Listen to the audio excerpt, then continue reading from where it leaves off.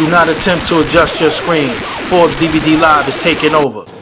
If you had to do a top 5, top 3, I won't say the greatest producers, the top 3 who inspired you to produce, who are they? Hitman. I'm gonna say that. And a lot of people don't know that Stevie J. Stevie J. They know Stevie J from Love and Hip Hop, but he's a beast in that in the studio. Stevie J, D. Dot, Young Lord, you know, the whole Hitman, that sound, that era, that whole, even Puff, like that whole era just did something. Lawrence. Definitely, just all of them in general as a whole, is just that whole sound sonically. RZA, of course. Top 3, I'm gonna say I'm gonna definitely throw the Hitman in there. I'm gonna throw RZA in there, and I'm a big Timberland Neptunes fan, but being that I'm part of a duo, shout out to my partner Grand's Music, that's who I do all our production with. We consider ourselves like a newer version or modern day version of what those guys did, so I'm gonna say the Neptunes as well. Okay, why do you think so many producer teams break up? Ego. Okay. Ego and lack of communication. If you have a certain goal set, nothing should be splitting that. And it's always about the music, never about the money with us.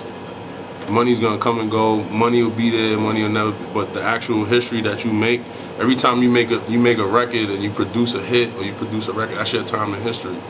Like money can't buy that. Give me a record that you heard on the radio that was like, I wish I did that shit right there. Like I had that record.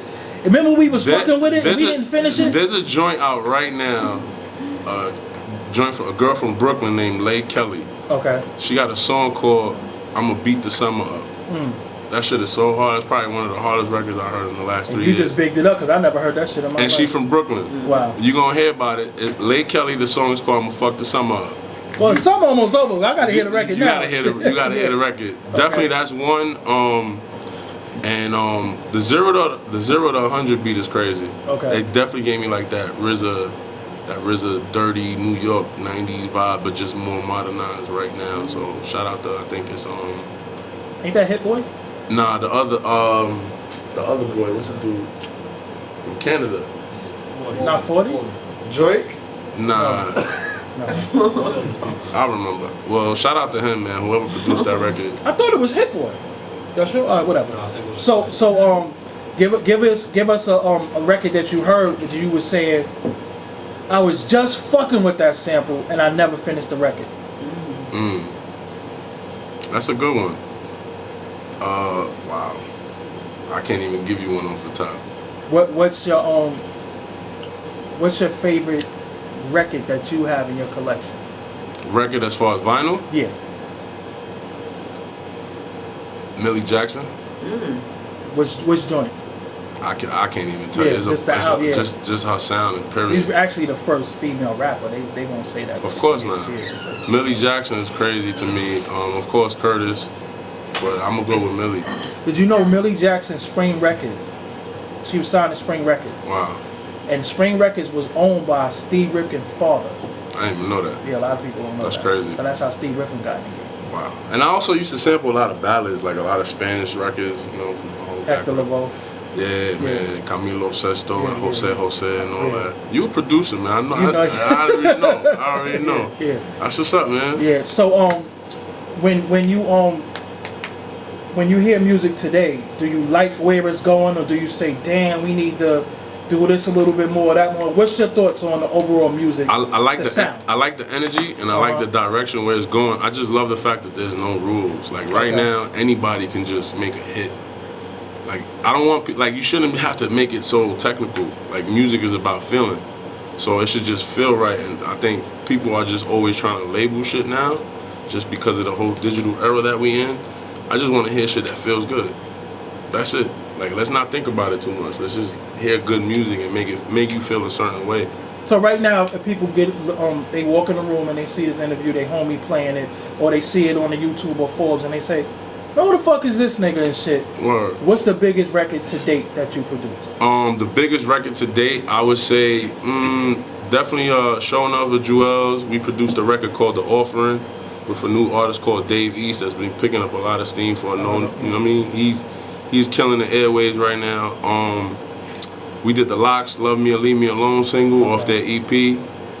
Smoke Dizza, City of Dreams. I think that was a big record for us. It was a directional debut for Dame Dash. Okay. It was like our first lead-off single for an album. Okay. Yeah, a lot of the G-Unit stuff that we did prior, like P's and Q's and Paper Chaser, I can't really pinpoint it because I just feel like we haven't reached that peak yet. You didn't do it yet. Yeah, right? so I don't want. No, I just want them to know where they know you from. I mean, we're always about just letting our music speak for itself. You know what I'm saying? What advice do you have to the niggas that want to be producers and stuff? Develop your own sound. Develop your own sound. If you really want to be a producer, don't do this for money because this is definitely not. You ain't getting no money. You ain't getting no money if you think you just gonna make one hit and your life gonna change. This shit is a gradual process. It takes time. It takes a lot of patience. It takes a lot of networking.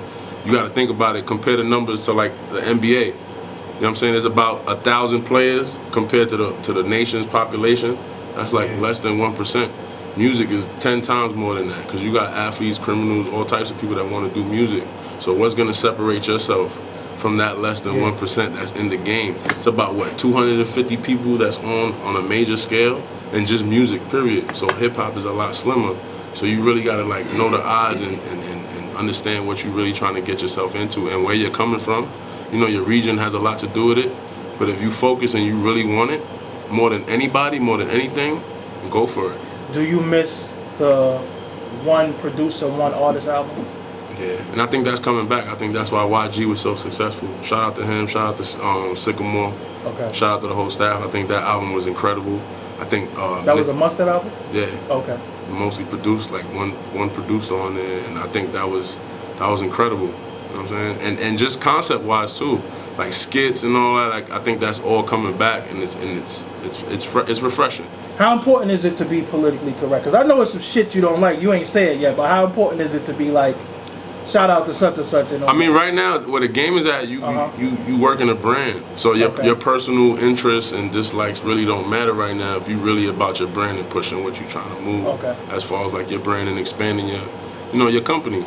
Definitely is mad whack shit out there, but there's a lot of dope shit too. And my thing is, I'm not gonna speak on the negative. You know what I'm saying? Yeah. I let other people do that.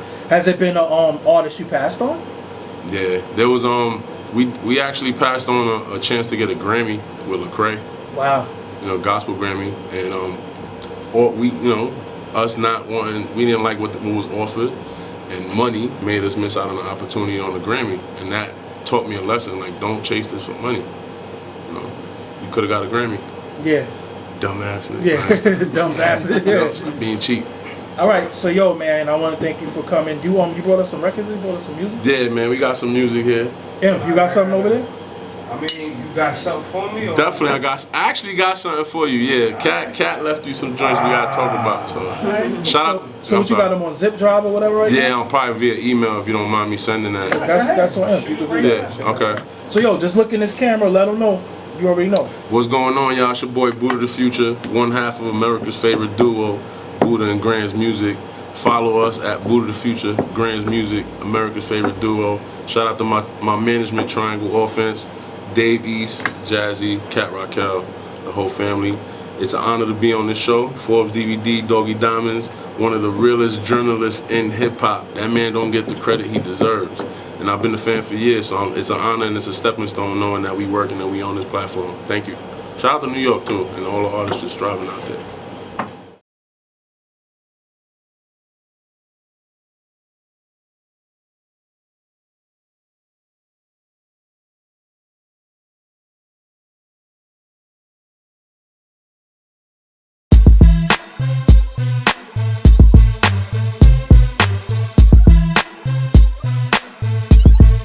ForbesDVD.com